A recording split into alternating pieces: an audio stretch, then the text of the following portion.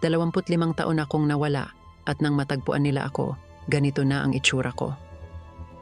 Ako si Blanche Monnier, kabilang sa isang mayaman at respetadong pamilya sa bayan namin. Meron ang nakatatandang kapatid na si Marcel. Naaalala ko pa ang masayang buhay ko noon, kung saan ako ay tumatawa, sumasayaw, at nag-e-enjoy sa bawat sandali. Kilala ako sa aking angking kagandahan at maraming binata sa aming bayan ang gusto akong pakasalan. Taong 1876, sa edad na 27, nagbago ang lahat. Naglaho ako na parang bula. Hinanap ako ng mga mahal ko sa buhay. Sinuyod ng mga pulis ang bawat sulok sa aming lugar, pero para akong nilamon ng lupa.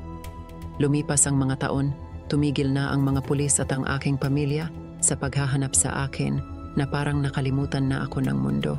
Ngunit isang araw noong Mayo 23, 1901, isang hindi kilalang sulat ang dumating sa tanggapan ng taga-usig sa Paris. Inihayag nito ang aking lokasyon sa tahanan namin. Dumating ang mga pulis at siniyasat ang bahay namin. Natagpuan nila ang isang nakalock na pinto sa aming attic. Binuksan nila ito at sa kanilang pagbukas ay isang mabahong amoy ang lumabas mula rito.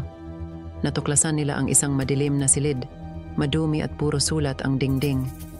At sa gitna ng silid na ito ako natagpuan, kalunos-lunos ang aking itsura. Tumimbang ako ng humigit kumulang 20 kilo, mahina, nakahiga sa sira-sira na kama, napapaligiran ng amag. Ako ay nakakulong sa kadilimang ito sa loob ng 25 taon. Isang larawang kuha ng isa sa mga opisyal na nag-rescue sa akin ang nagpapatuto sa kalunos-lunos na aking kalagayan.